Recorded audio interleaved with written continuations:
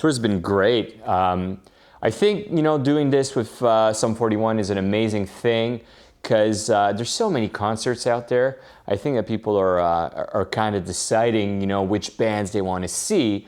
And when you have Sum41 and Simple Plan together, it's kind of like, shit, that might only pass by like once, so people come by. Shows have been crazy, packed, a lot of energy, and super fun. So no, it's been really, really good.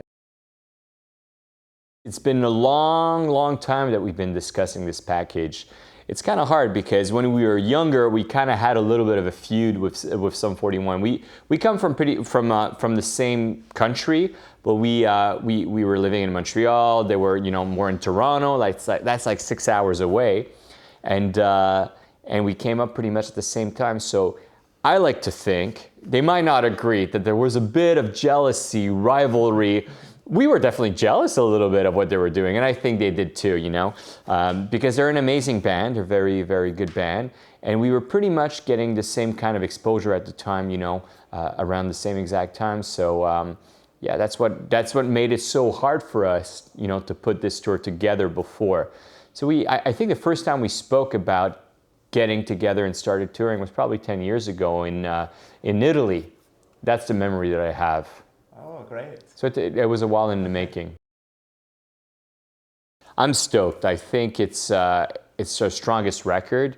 I know bands always say that, but I'm really, I love this record. I think it's sort of a throwback to the energy of what we were doing with, the first two records that are sort of like, what people love and seek out when, they want to listen to Simple Plan. But at the same time, it's a step forward too. We're trying new things, new sounds, we're experimenting, we're pushing ourselves as musicians, as songwriters, as lyricists. So I think it's pretty exciting.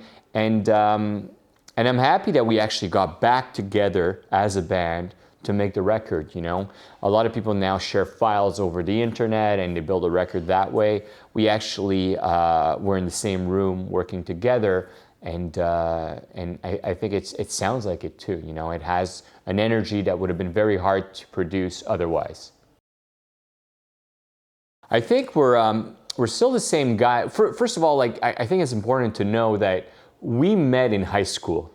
So we're buddies, high school buddies. We grew up together. We were in bands, not in bands, back in bands together.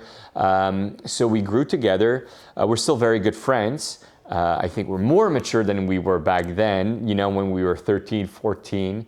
Our influences are still, the great bands that we used to listen to, which were sort of a mix between, Lagwagon, Bad Religion, No Use for a Name, and at the same time, Joe Jackson, the Beatles, and the Beach Boys, like great harmonies. And so it's sort of a mix of everything, and then we got into Green Day, into Blink. And then, I bring the oddball sounds, to what we do. I think it's what Simple Plan is now. It's sort of that band still with modern influences. We listen to music still. We listen to a lot of new bands that are challenging us, new artists that are challenging us, and we want to bring that into our music. So that's what it is, and we're still a touring band. We still love doing it, and hopefully it shows. I feel very proud of it. I mean, I think the record sounds like shit, but the songs are very good. It's sort of I don't know, it was, the producer that made the record was very sort of a very mature guy, very, grounded, and he told us, making a record is sort of like accepting that you're taking a picture of you in time, which you're going to look back on and be kind of weirded out by the way you look, So that's what that record is about. Like, it sounds like that era, but at the same time, I think the songs are great, and it'd be tempting to change a bunch of things when we play the songs live, but I think our fans want to hear, that record that influenced them so much. I'm just really proud that we're still doing it after all these years, and that people still want to hear Perfect, Addicted, I'd Do Anything, and I'm just a kid, so I think it's pretty great. Our goal is to keep growing as a band, and we want to play to more people in Europe And I think the goal was, and it's full transparency, we want to play in front of more people. We want to make sure that this band keeps on growing, that more people see this band and more people come to the shows. And it's not even about the money. It's not about that. It's about longevity. It's about, what we've built, and we want to make sure that this band keeps on going and has longevity. And to do that, I mean, you have to keep growing, because obviously people move on, certain people listen to other bands, they disappear, some people come back. What's been really great is that we have a lot of new fans. I guess it's from TikTok, that I'm just a kid thing. It's from the playlists. It's from the new record. And at the same time, we have fans that have been here for like forever, since the early days. So I'm really proud of that. We managed to make people feel like, like ownership of this band, but at the same time, we managed to keep conquering new fans, so I'm really proud of that. I mean, I did a lot of cool things. I was home with my kids, and I spent a lot of time with them, which was really great. I thought I lost the love of music for a little while. I stopped playing for a year, which is the first time in my life that I stopped playing. It wasn't fun. I just couldn't see the purpose of playing music when, nobody was listening. It just didn't make sense to me anymore. And I just, I did some other stuff. I did real estate, which is not very sexy for a musician, but, it was fun, fulfilling. It was something that I wanted to do forever. Like, I love interior design. I love design. I love building shit. So it was kind of cool, but something was missing in my life. And when the band got back together to start playing live, it just made sense again, And I started practicing again, my ass off. And I've never practiced as much as I am now. And I love it. I think it's great. It's called Tracks. We are, it's a complex situation, and I think that Simple Plan is perceived a certain way, and bringing someone new to the fold, I think, would probably fluster a few people. So we decided that it's best to actually, play the four of us and have someone, just to Tracks, to play the bass. And it's no different for us because we're playing with a click anyways, and everything that we're improvising within sort of the scope of what the tracks allow us to do. But that's what it is for now. Who knows what it'll be down the line, but that's what we kind of decided to do for now. Because I thought maybe Pierre will play the bass because he was the bass player in the... True, he did play bass in the early days. Yeah. Well, we kind of had a bass player come in so he could actually move around stage and be, more present on stage. And it would be sort of, like going back, to something that was not probably the best solution, So, but he's a great bass player. It could happen, but we decided to do it this way for now. Okay, perfect.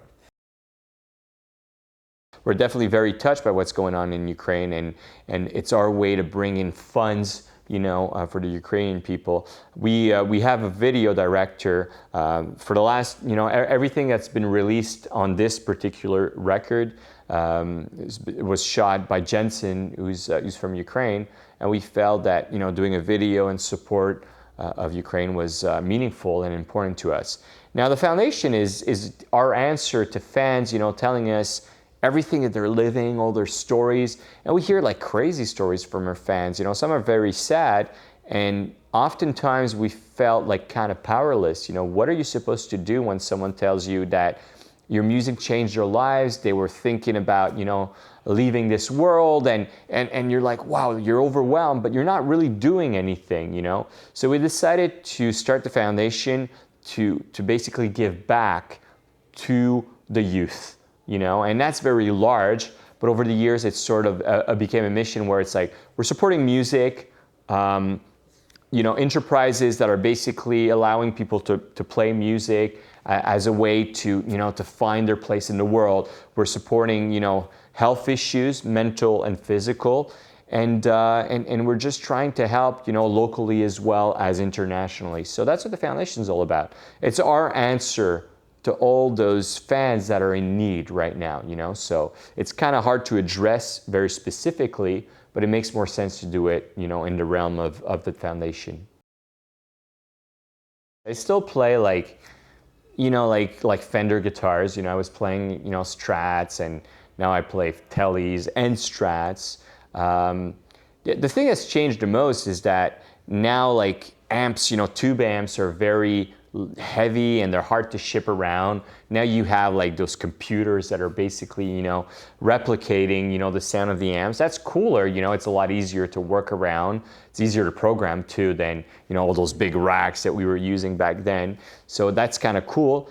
I think that's what's cool now. Like if you're a Simple Plan fan and you play guitar, it's so easy, you know, like you could get a computer and just, you know, like program sounds really quickly that would be very similar to ours, you know. So, and guitars have gotten better too. Like it's a lot cheaper to buy a guitar now than it's ever been, you know. You could get like very crazy prices, but I think it's more accessible. The entry level is more accessible. So I think it's just cool. And I've never seen as many people picking up the guitar than during the pandemic. So I'm excited about that. Like I love seeing people play guitar. And I'm very excited about the world of guitar in general. Like there's so many sick kids on Instagram now that are killing, you know, and it's very exciting. Yeah, they had a lot time to practice. A lot of time to practice. Yeah, I should have practiced too instead of flipping houses. No, I use a lot of effects. So basically, Sebastian is the meat and potato the guy in the band. He basically plays the chords and the rhythms and all that stuff. I mean, the delay is my biggest effect. I use it everywhere, you know, except on rhythms. And basically, you know, like everything, I have a special trick for the staple clean sound of Simple Plan was developed on the second record, and I still have that sound that I use, and it's a weird mix of a lot of things. I'm not even like I don't think it's a secret. Like I use 2 amps and I just throw the octave up on one side. And it's funny because I see now people do it in softwares where they just take a copy of their actual track, they just double it and you know, pitch it up a tone, and you have the same thing kind of going on. It's so easy to do now. But back then you had to do something crazy with a whammy pedal but the whammy pedal is kind of cool because it triggers slowly. So it has all these artifacts that are kind of weird sounding when you listen, but sounds great in a track. So that's kind of like the Simple Plan, clean, weird sound that we've been using since Shut Up, you know, to even like Perfect World to now, like when we do Iconic, like it's the same exact sound. Chorus, I use a lot of effects, fuzzes. I like guitars that sound shitty. Like I like that. I really, really like that. You know, I like to copy synth sounds with the guitars as well. I do that. Sometimes you think it's a synth, but it's really a guitar on the records. I use Axe Effects mostly live, but in the studio I use real amps. You know, I use a Jubilee that I've been using forever. What else? A Friedman that I got a lot. I'm lucky, you know, I've been doing this for like over 30 years, so I've got a crazy collection of amps, you know, that I could, you know, pick from. The clean sound is usually a Vox. You know, it's been a Vox forever. Love those amps. They're not reliable. I would not bring them on the road, but they sound great in the studio. Okay.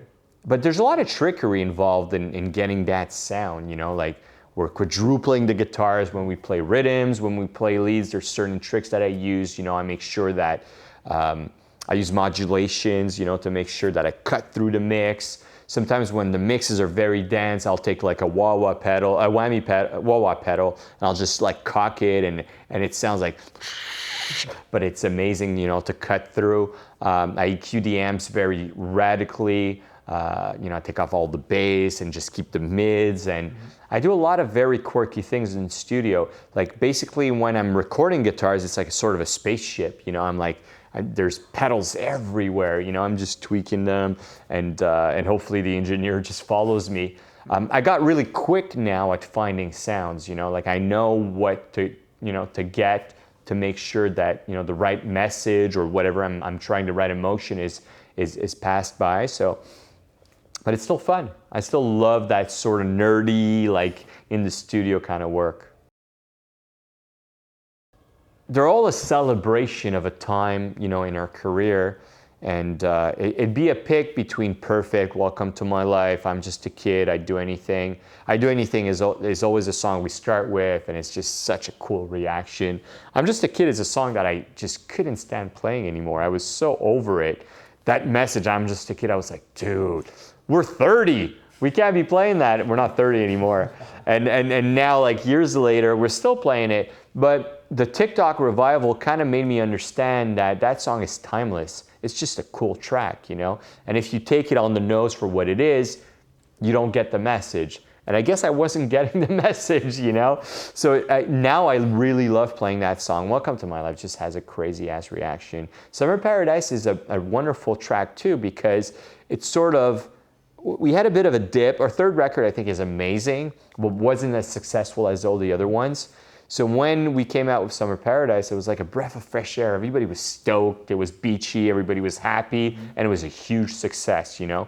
So all these answers. I'm sorry I did not answer you with one specific song, but all these answers. From the new record, I'd say "Ruin My Life." I think it's the best song off the record.